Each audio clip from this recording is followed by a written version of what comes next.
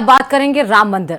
दरअसल राम मंदिर चढ़ावा केस में सुप्रीम कोर्ट में सुनवाई हो सकती है। बड़ी खबर इस वक्त की है, याचिकाकर्ता ने चढ़ावे को लेकर सीबीआई जांच की मांग भी की है। राम मंदिर के दान की चोरी का पूरा मामला है। एसआईटी गठित की गई थी। आपने देखा भी कि एसआईटी पिछले सोमवार से ही यहां पर राम मंदिर मुद्दे पर मतलब अयोध्या मौजूद रही। 140 पन्नों की जो अपनी प्राथमिक रिपोर्ट है वो तैयार कर ली और मुख्यमंत्री योगी आदित्यनाथ को वो प्राथमिक जो रिपोर्ट है वो सौंप भी दी गई है। चंपत राय से 4 घंटे पूछताछ भी हुई है और इस केस से जुड़े जिन जो भी सस्पेक्ट एरिया में था उन सब से पूछताछ की गई है। लेकिन बड़ी खबर इस बीच में यह है कि आज सुप्रीम कोर्ट में सुनवाई हो सकती है।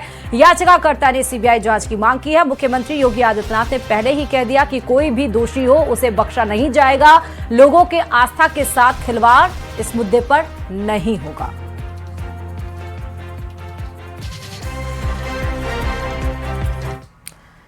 और राम मंदिर चढ़ावा मामले की जांच कर रही एसआईटी की शुरुआती रिपोर्ट से जुड़ी बड़ी जानकारी सामने आई। सूत्रों के मुताबिक एसआईटी ने जांच के लिए और समय मांगा है। साथ ही मंदिर ट्रस्ट के पुनर्गठन की भी सिफारिश की गई है। रिपोर्ट देखिए।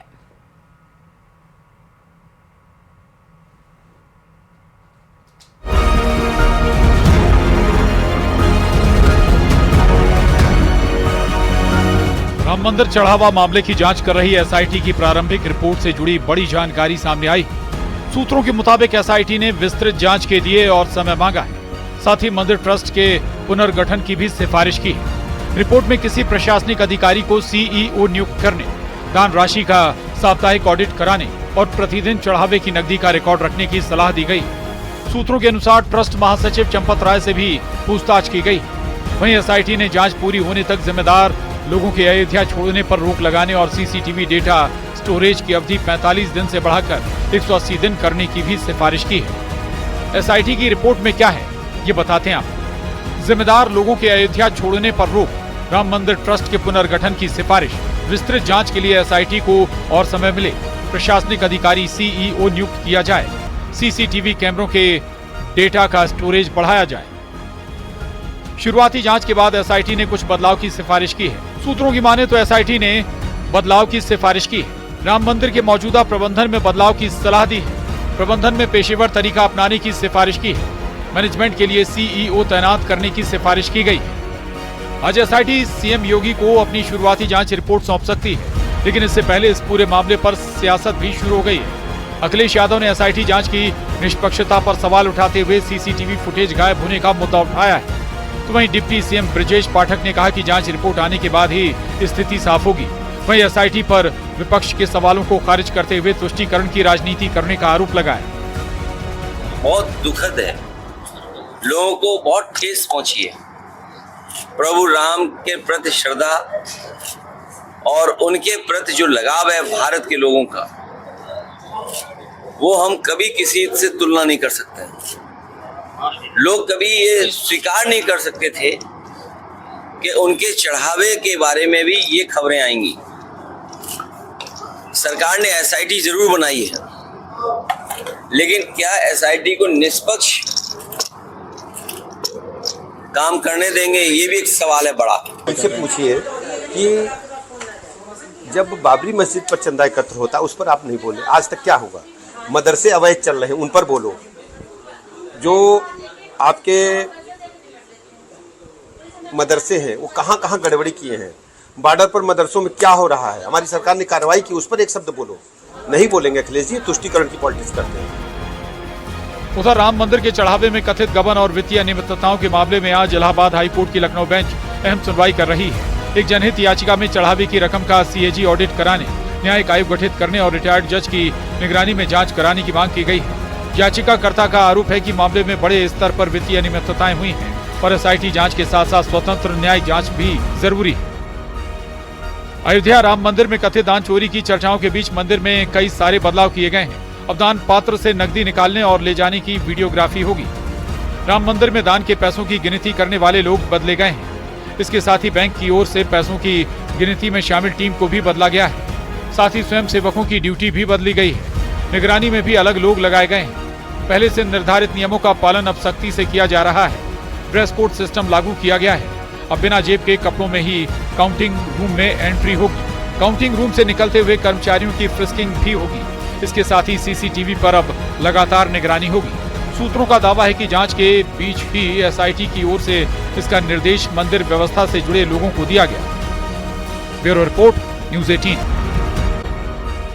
महाराष्ट्र की सियासत में एक बार फिर से बड़ा उलटफेर हुआ है। उद्धव ठाकरे गुट की शिवसेना को उस वक्त बड़ा झटका लगा जब उसके 9 में से 6 सांसद एकनाथ शिंदे की शिवसेना में शामिल हो गए। इस घटनाक्रम के बाद दोनों गुटों के बीच सियासी बयानबाजी भी तेज हो गई है।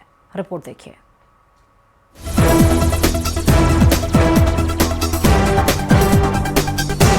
उद्धव गुट को जोर का झटका लग चुका है और अब तो इसकी खुली तस्दीक भी हो चुकी है।